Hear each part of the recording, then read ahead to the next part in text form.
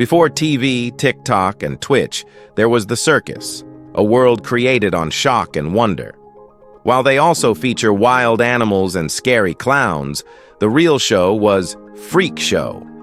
Now I know that's a pretty inhuman term, but back then it was normal. These were people with rare conditions or weird anomalies that pulled crowds like magnets. Some were celebrated, others exploited, but all of them lived in a spotlight built on difference. Today we're looking at the lives of 15 such weirdest circus freaks, whose stories still defy logic and even actuality itself. Number 15. The Australian Wild Children. They were never wild, never from Australia, and certainly never given a choice. Humio and Iola were pushed into the sideshow from the 1860s through the 1870s, displayed as the Australian Wild Children, marketed as living proof of some imagined link between humans and animals. Their heads were small, their faces narrow, and promoters exaggerated every feature with harsh lighting and cruel costuming. They most likely lived with microcephaly, but crowds were told something else entirely, that they were feral, mute, barely human. Promoters leaned on the fear and confusion stirred by Darwin's evolution debates, calling them relics from an ancient world. None of it held true. They were often caged or dressed in loincloths, instructed to grunt or mimic simple gestures for effect. They were not treated as children, they were treated as ideas. Whatever their birth names were is gone. Their real lives drowned beneath profitable lies. Their story remains as a stark reminder of how easily ignorance turns innocence into exploitation. Number 14. Harold Huge. He went by Harold Huge, but behind the carnival name was Bruce Snowden, a sharp mind with degrees in paleontology, anthropology, and chemistry. By his 20s, Bruce weighed over 450 pounds. While flipping through circus history books at the library, he had a thought. I could do that. He'd never been to a sideshow, never seen one live, but something about that world sparked curiosity. He sent a letter to a carnival trade paper, Ward Hall replied, and the rest was history. For 26 years, Bruce toured as the last of the great fat men, bringing not just size, but wit, presence, and timing. Crowds laughed, and he laughed with them, always in control of the joke. He never played it pathetic. He made it sharp. In 2003, he appeared in the film Big Fish, playing himself. He passed away in 2009, not just as a sideshow icon, but as the man who brought brains, humor, and humanity to a fading spotlight. Despite that, people didn't care about it. Number 13. Amelie Schulte. Stage names like Riesen Raya and the German Beauty followed Amelie Schulte everywhere she performed, but none fully touched what made her extraordinary. She entered circus stages in the early 1900s, towering above fellow performers, dressed in dramatic gowns and platform heels that amplified her already imposing height. Posters exaggerated her size as 7 feet 2, though she likely stood around 6'4", yet numbers were never the heart of her act. Amelie knew what audiences sought when she stepped into the spotlight. She didn't just appear tall, she carried herself with deliberate grace, taking command the moment she appeared. She performed alongside giants like George Auger and Aboma, but Amelie's presence had its own quiet depth. She didn't chase shock value. She brought refinement into a world built on spectacle. In a realm where illusion and reality fused, she found her strength in poise. Whether people saw awe or novelty, Amelie never shrank. She lived fully visible, proud, and unafraid. Number 12. Henrietta "Hattie" Moritz. Henrietta stood just 26 inches tall, weighing only 36 pounds. Yet what lingered in people's minds wasn't her size. It was her expression. Sharp eyes, a knowing smile, a posture that never wavered.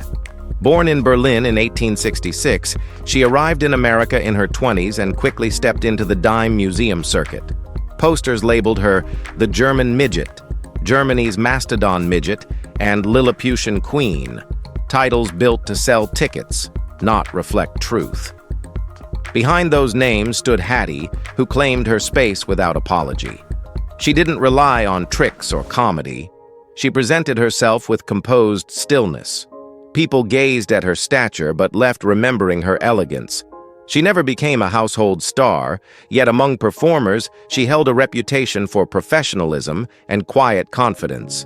Dozens of photos remain, Hattie in gowns, Hattie seated proudly, refusing to shrink from any lens. Her death went unrecorded. What remains is the image she crafted. Small frame, strong gaze, and complete control wherever she stood. Number 11. Huddy and Tane. Almost nothing survives about Huddy and Tane, only a few scattered show listings, one blurred photograph, and a handful of aliases like the Estics, Gecko and Francis, or Hattie and Tane. They performed during the late 1800s and early 1900s, often grouped among acts labeled pinheads or microcephalics. Like many places in that category, they were exhibited not for skill, but for appearance. Their heads were small, their speech limited, and their movements slow, which promoters twisted into strangeness for profit.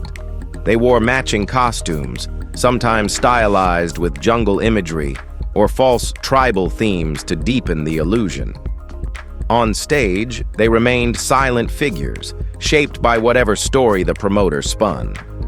Offstage, they likely lived under the watch of handlers or show families, cared for in some ways, but never truly free.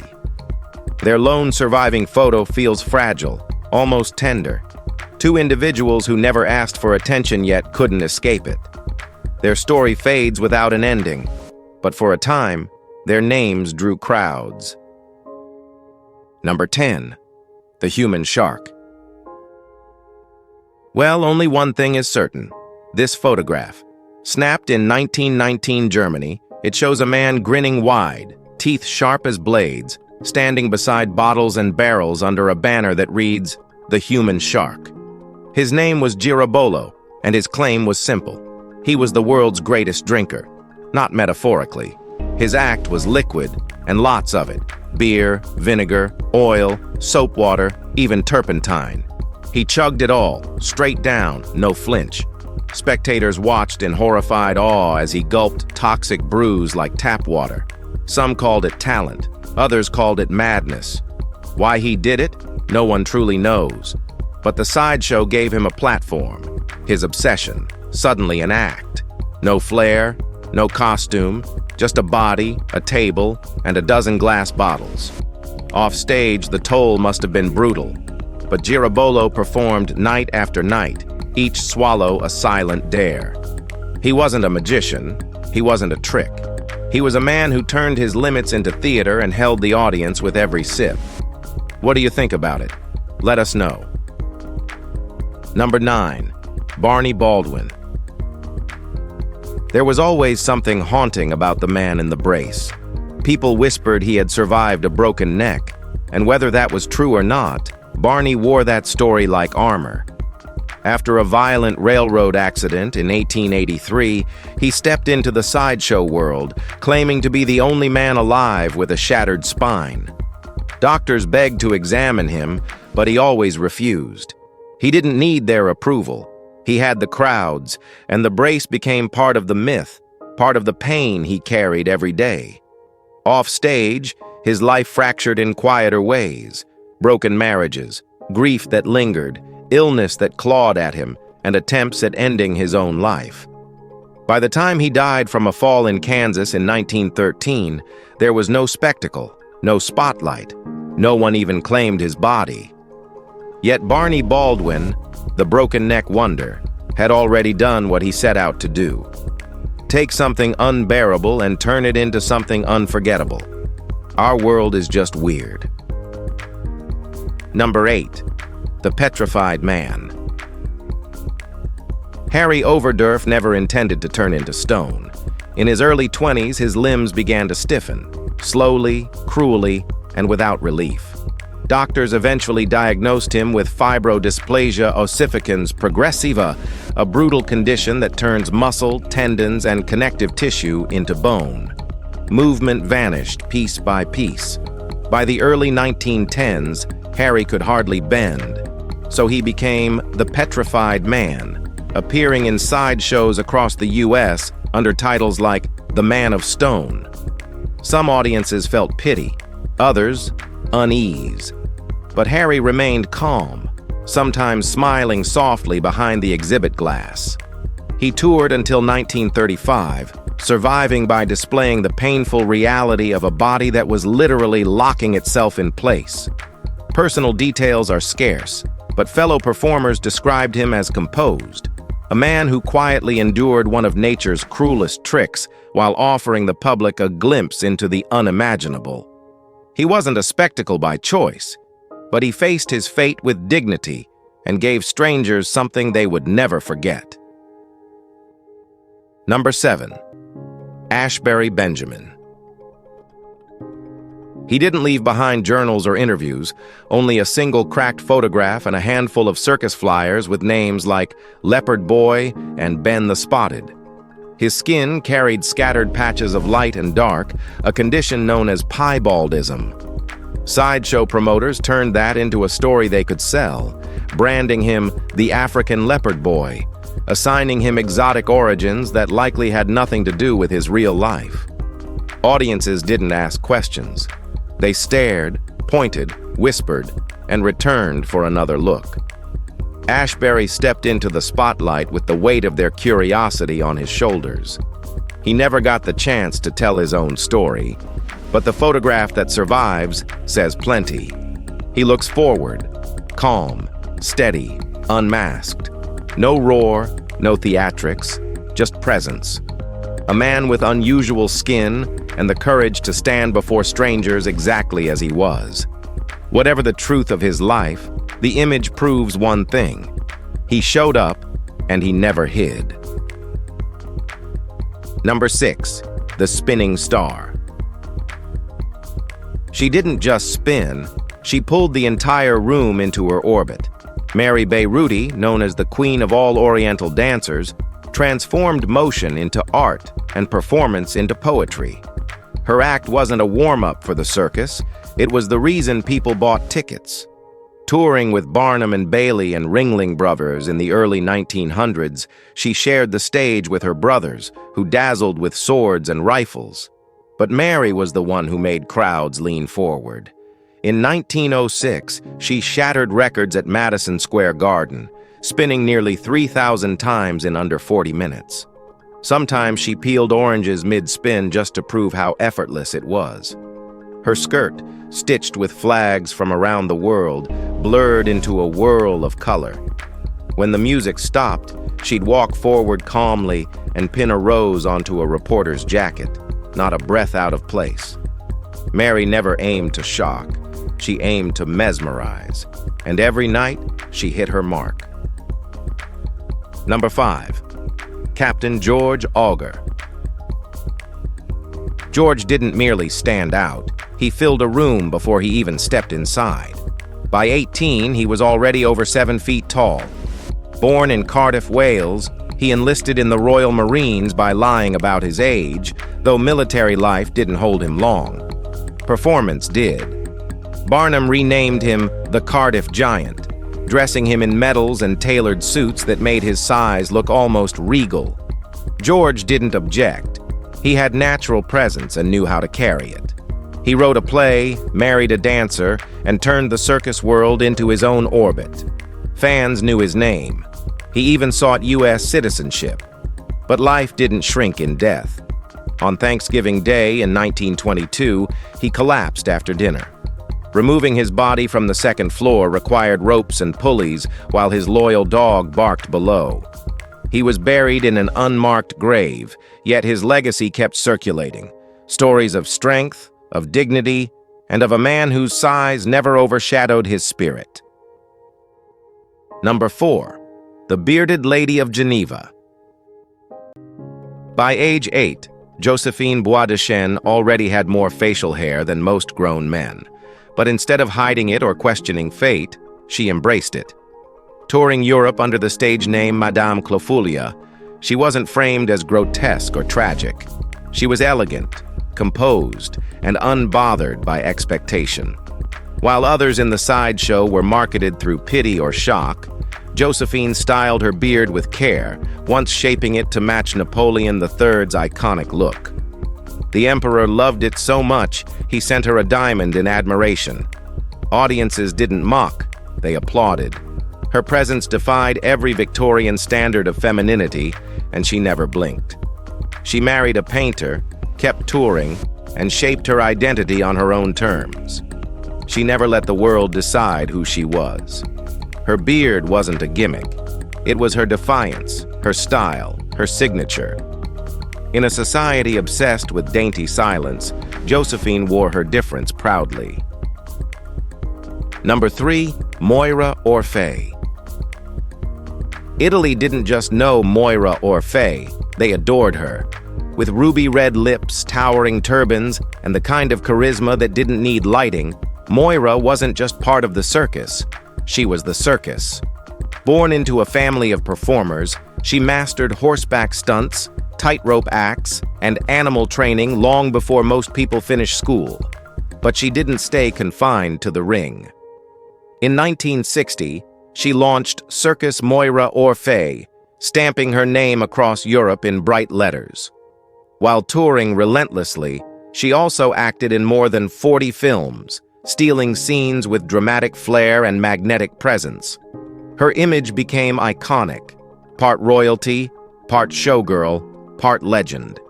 She married a circus director, raised 2 children beneath the canvas tent, and continued performing well into her 70s, even after suffering a stroke mid-show. When she passed in 2015, she remained unmistakably Moira, bold, beautiful, unforgettable. In Italy, when people picture a circus, they see her face first. Number 2, the Chappelle twins. Laurie and George Chappelle spent every second of their lives conjoined at the skull, fused foreheads, facing opposite directions. But that never meant they were the same person. For years, they were dismissed as mentally disabled and placed in institutions where no one listened. Once released, they proved everyone wrong. Laurie worked at a hospital. George, who later transitioned, became a country singer, touring across the U.S. in a custom wheelchair Laurie pulled behind her. He performed on talk shows, wrote songs, and stood on stage not for spectacle, but for self-expression. Together, they didn't beg for attention. They carved space for individual identities inside a shared body. No sob stories, no pity pleas, just a lifetime of compromise, humor, and grit. They became the oldest known conjoined twins in medical history. Not as a freak act, but as 2 people who redefined what it meant to live side by side and still claim your own name. Number 1, the 3 Del Rios. The 3 Del Rios weren't just a stage act. They were a family built for the spotlight. Paul, Dolores, and Carmen Del Rio, though depending on the playbill their names often shifted, worked through the 1930s and 40s as a trio of little people. Sometimes they were Paul Del Rio, Dorothy Del Rio, Inez, or Trinidad Rodriguez, each name stitched into different versions of their act. They showed up on midget wrestling cards, in variety shows, or alongside fellow performers at Johnny J. Jones' Exposition and Hamid's $1 Million Pier. What made them stick wasn't just their stature, it was their chemistry. Each member brought something distinct: music, rhythm, wit, or charm. They weren't static props or punchlines, they were dynamic, coordinated, always in step. In a sideshow world that often reduced little people to novelty, the Del Rios made it clear they were more than a billing. They were performers who earned their place, not just seen, remembered. Well, that's it for today. We hope you've enjoyed this video. If you did, be sure to like, share, and subscribe. Thanks for tuning in with us, and we'll see you very soon.